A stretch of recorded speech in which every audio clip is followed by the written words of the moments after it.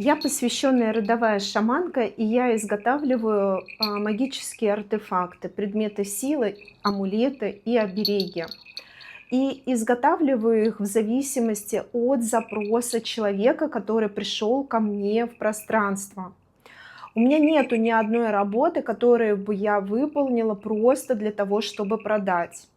Каждый амулет, каждая работа, которую я изготовила, она изготовлена на конкретный запрос. И это живой артефакт. Это артефакт, с которым необходимо взаимодействовать, так как в нем находится живой дух. И в этом мне помогают мои предки. А перед тем, как передать артефакт человеку, я совершаю обряд оживления.